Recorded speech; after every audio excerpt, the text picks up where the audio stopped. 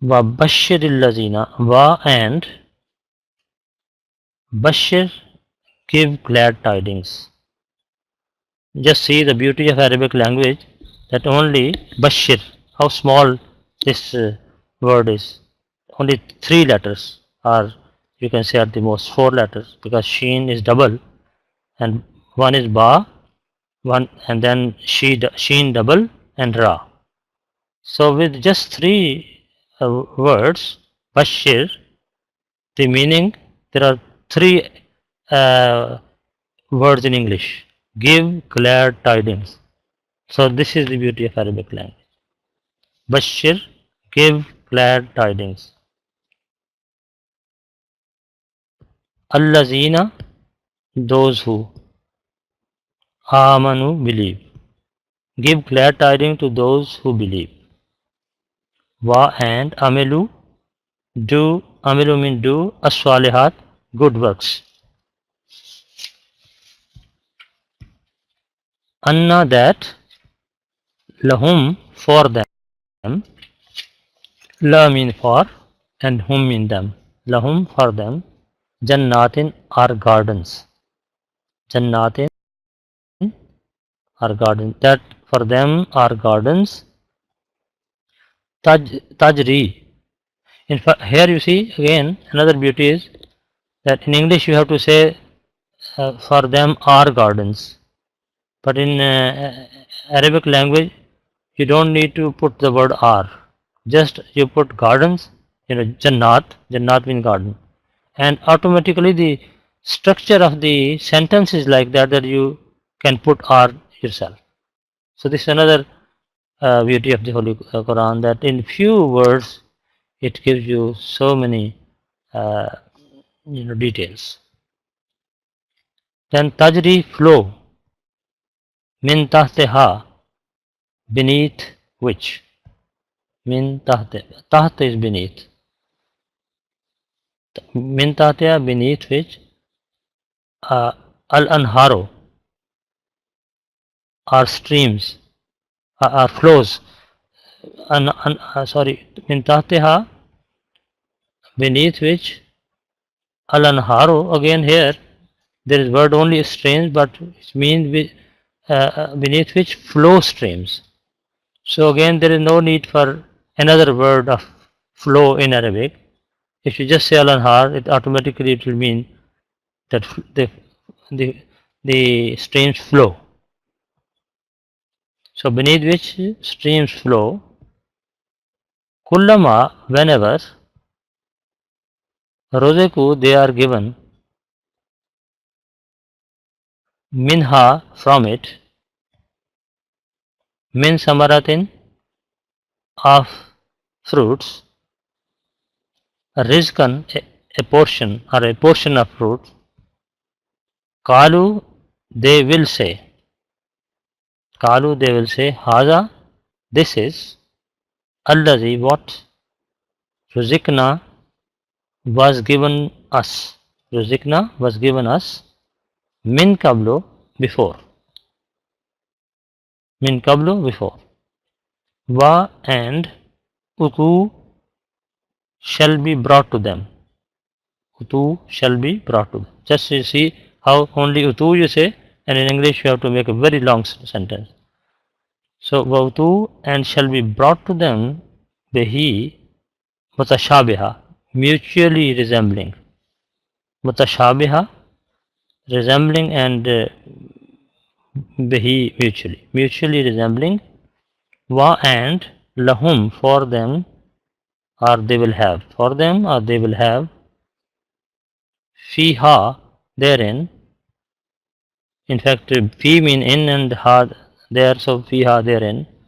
Azwajun, mates. Mutahharatun, perfectly pure. Azwajun, mates. Mutahharatun, perfectly pure. Wa and whom, they, fiha, therein, khalidun, will abide. So they will abide therein. That means they will live there forever. And next is Inna Allah, surely. Inna means surely, Allah Allah. Surely Allah, la not, yastahji, disdains. An yazreba, to describe. An yazreba, to describe. Masalan, an illustration. Ma, as small as. Bauzatan, a gnat or mosquito. Fa, ma fawqaha, or even smaller than that, or above that, over that, but it means that smaller than that. Fa, so, amma, as for, allazina, those who, amanu, believe. Fa, so, yalamuna, they know. Annahu, that it is. Annahu, that it is. Al-Haqqo, the truth.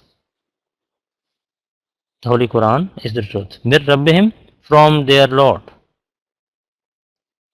Wa, min means from, Rabbi means Lord, him means there. Mir Rabbihim, from their Lord. Wa, and amma, while, or as for those, allazina, who, kafaru, disbelieve. And as for those who disbelieve, fa yakuluna, so they say. Fa, so, yakuluna, they say. Maza aradallahu, maza, what does. Ma, what, za, does. Aradallahu, mean. Allah. Arada mean Allahu Allah. What does Allah mean?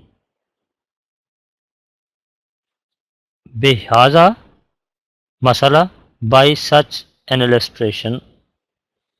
Be mean by, haza, such, masalan, an illustration. Yuzillo, he does he adjudge to be erring. Just now you see how big this sentence is, and in Arabic only juzillo, just one word. So does he adjudge to be erring, or he adjudges to be erring? Allah. Juzillo bihi kasiran. So Allah adjudges to be erring by it.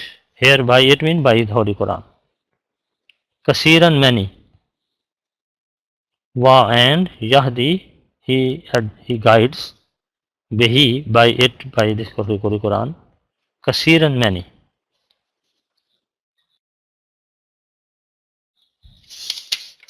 Wa, and ma, none. Wa ma, and none.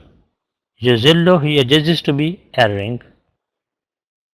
Bihi, by it or with it, with the Holy Quran. Illa, be can also mean thereby. Or be by, and he means it. So bihi, by it. Illa, except al fasiqin, the disobedient. And here Allah Ta'ala does not judge to be erring with the Holy Quran except the disobedient. So now once again let us repeat, and also so somebody has said something. Assalam Maulana Sahib, non-Ahmadis, they believe that in heaven there will be virgins. What's the best way to answer them, please? Toby, ठीक है, inshallah I'll answer this. Right, so first, once again let's read the translation. So وَبَشَّرِ الَّذِينَ آمَنُوا وَعَمِلُوا الصَّالِحَاتِ. Now I will connect it with the previous subject. in the previous subject it was stated that Allah Ta'ala has given you the Holy Quran for your spiritual need, as Allah has given you the material water for your material needs. So that was the subject mentioned before. And then also it was said that those who will disbelieve in the Holy Quran, they will uh, they will go to fire. So now, because this was a warning for the disbelievers, now after that, now Allah Ta'ala has given the glad tidings for the believers. Now this is again another beauty of the Holy Quran.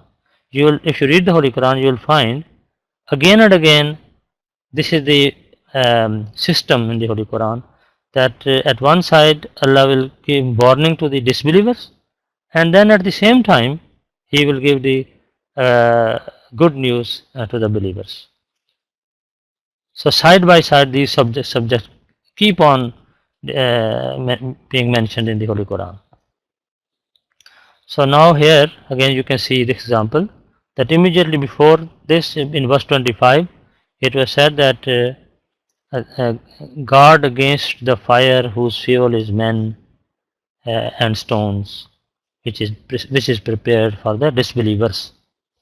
So there is mention of fire for the disbelievers, and now you see immediately after that it is said that give glad tidings to those who believe and do good works. And then it is said that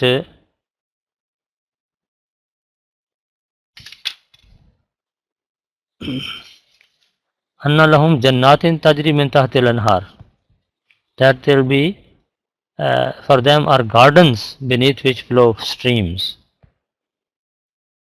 Now you see why this water or streams, because if there is no water the garden will become dry and ultimately it will be destroyed. So this is why it is essential that there should be water for the garden. Now why this example is given is, it is said that there are two things. One is faith, that in Arabic is called iman, belief or faith. And second thing is the righteous actions, amalus salihat. Now faith or belief is like a garden, and amalus salihat or the righteous deeds or good works, they are like water. So if you have faith but you don't have good deeds, then even if your faith was very good, one day it will dry and it will finish. So you have to keep your faith alive with your good actions. Otherwise you will lose your faith, or that faith will be useless in the eyes of God Almighty, which does not have the corresponding righteous action. For example, a person believes in the Holy Quran, because this was being mentioned before, but then he doesn't act upon the teaching of the Holy Quran, or he doesn't read the Holy Quran. So only saying that I believe in the Holy Quran, I believe in the Holy Prophet ﷺ, that will not save him until and unless he reads the Holy Quran and then acts upon it. And for that matter he has to do the good action, and that good action will keep his faith fresh, alive. Otherwise his faith will die and will be destroyed. So this is why this example is mentioned. The second point here is, it is said that whenever they are given a portion of fruit therefrom, they will say this is what was given us before. So when people will go to in the paradise, whenever they will be given any bounty of paradise, they will say that this was what was given us before. Now it does not mean that the things which they were having in the material world, the same thing will go in the paradise. No, what it means that they will know that so and so blessing of paradise is the reward of so and so good action which they performed in the worldly life. This is what it means. Otherwise, in the another place the Holy Quran says that all those things which are mentioned in the Holy Quran as the blessings of paradise, they are just an example. And because man cannot understand the spiritual things or spiritual world while he is in this world, in the material world, this is why Allah has used the words of this world or the blessings of this world as example. So nobody should think that as you know we have garden in this world, so the similar garden will be in the next world, uh, or as we have water in this world or streams of water in this world, same streams of water will be there. No, not these are just examples. The reason is that uh, the things of this world they are temporary things, but the things of the next world are permanent. Secondly, that these things of this world are for our material body, but in the next world there is no this material body is not there. There is another spiritual body. So this is why these things of this world will not benefit us in the next world. So this is why whenever it is said that you will be given this thing and that thing, nobody should take them literally. They are all sort of metaphors. So now in the next word, part of the verse it is said, uh, and so gifts mutually resembling shall be brought to them, and they will have therein mates perfectly pure. Now here again mates are mentioned, and sometimes beautiful women are mentioned. All these things are examples again. As I have already told this, that this is what Holy Quran has mentioned, and the Holy Prophet ﷺ has also mentioned in the Hadith that uh, the bounties of the next world or the blessings of the next world, uh, uh, nobody has seen them, nobody has ever even thought of them. Nobody can even conceive about those things because they belong to the spiritual world. But Allah has just given us example in this world so that we can understand them. So here azwaj do not mean the women as some people think. Uh, in fact, azwaj is plural of zawj, so it can be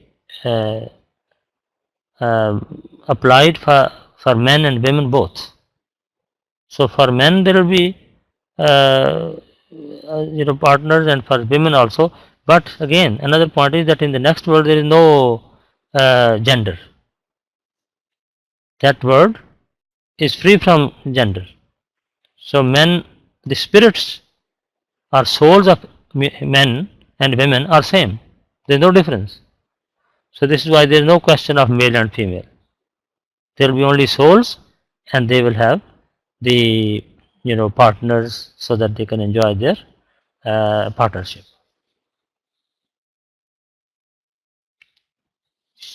And in fact, righteous people will be uh, given place with the righteous people, and the bad people will go to with the bad people. This is why hell and heaven they are separate from each other. About heaven, it is again said, "Wahum fiya khalidun," they will live there forever. As far as hell is concerned, that is not forever. That will be temporary, which means that when people will have their own punishment, whatever Allah Ta'ala has decided for them, after having their punishment and after that they are cured from their spiritual diseases, they will also be able to enjoy the blessings of paradise. Because the evil deeds of human being, they are limited. So when they will have their punishment, they will go to paradise. So God cannot give the permanent punishment for the limited evil deeds. So this is the philosophy why hell should be temporary and heaven should be permanent. But unfortunately, the Christian also believe, according to the Bible, that the heaven is permanent and hell is heaven and hell both they are permanent. This is generally Christian belief. But the Quran has clarified this point, and in fact corrected the beliefs of the Christians.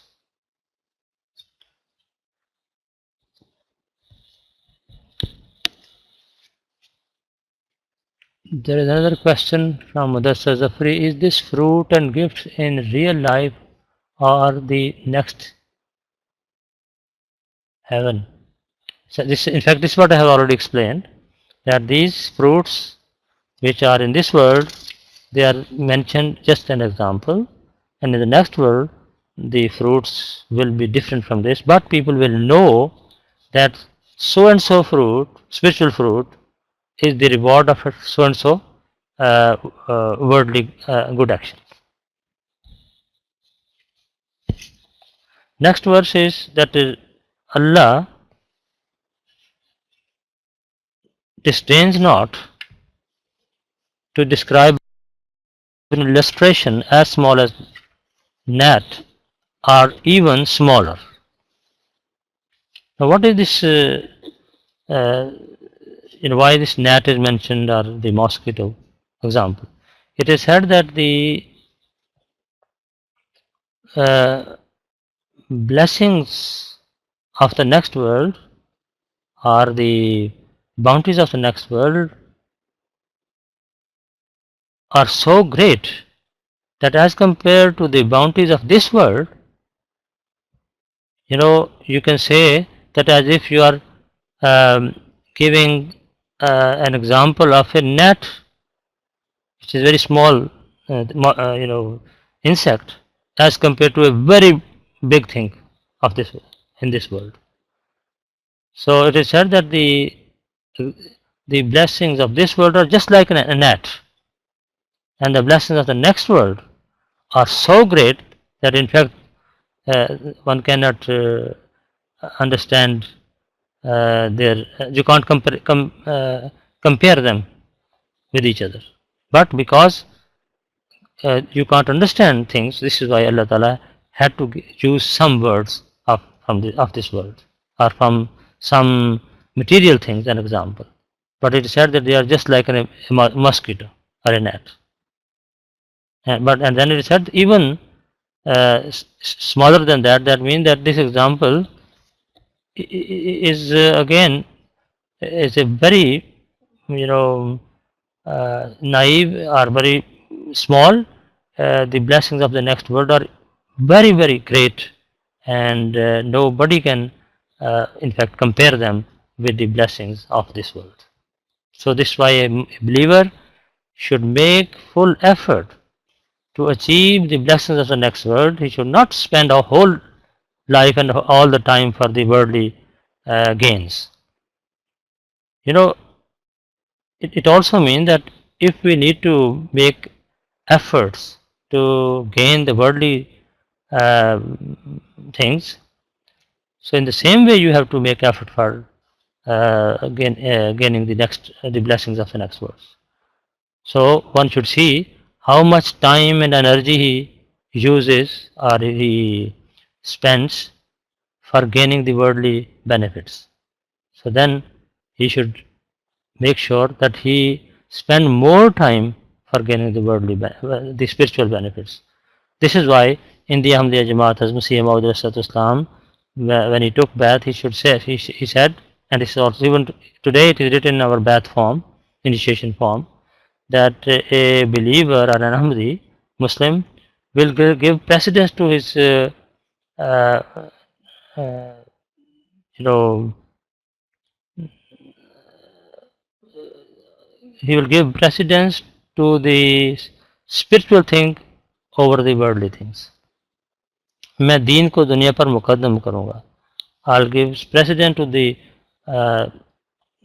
faith or religion over the worldly things. So this is a pledge of an Ahmadi. Next it says فَيَعْلَمُونَ أَنَّهُ الْحَقُّ مِنْ رَبِّهِمْ. Those who believe know that it is the truth from their Lord, while those who disbelieve say, what does Allah mean by such an illustration? So now it is said, Allah says that as far as the believers are concerned, they will understand the importance of this example which we have given, but the non-believer will object on this and say, what is this? What does it mean, and why Allah is giving this kind of examples? Then Allah says, "Yuzillu bihi kasiran wa yahdi bihi kasira." Many does he judge by it be to be erring, and many by it does he guide, and none does he judge thereby to be erring except the disobedient. So this is another very important point. Allah says that through this Holy Quran, Allah Ta'ala gives guidance to many people, but at the same time there are many people who read the same Quran, but they are, instead of getting guidance, they are misguided in the sense that they find faults in the Holy Quran, because their intention is bad, because they are not righteous people in their daily life. So when an unrighteous person will read the Holy Quran with bad intention, he will be able to find faults in it.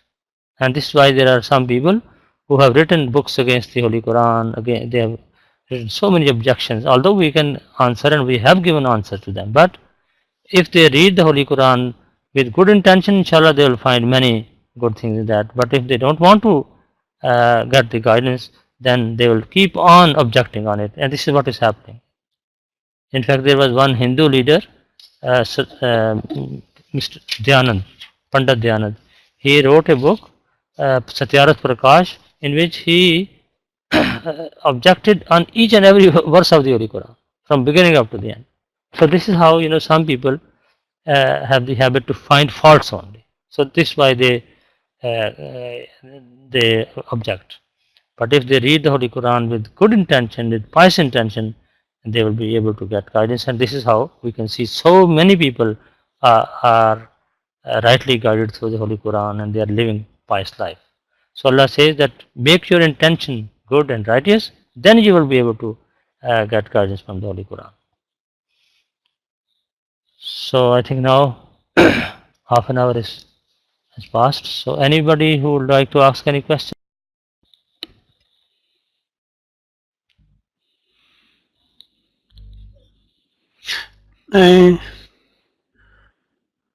Yes, I said this question is under Qalu it says, and they said. However, Imam Sahib said they will say. And is this change of tense reflexible with English? Which verse was it? No, what it is actually, he's just saying that in the running translation, word kalu is at it says, but in the split word translation, we have purposely given the exact translation as is tense says. Kalu is past tense, not present. So that's to make a distinction. Yes, I have found it. Yeah.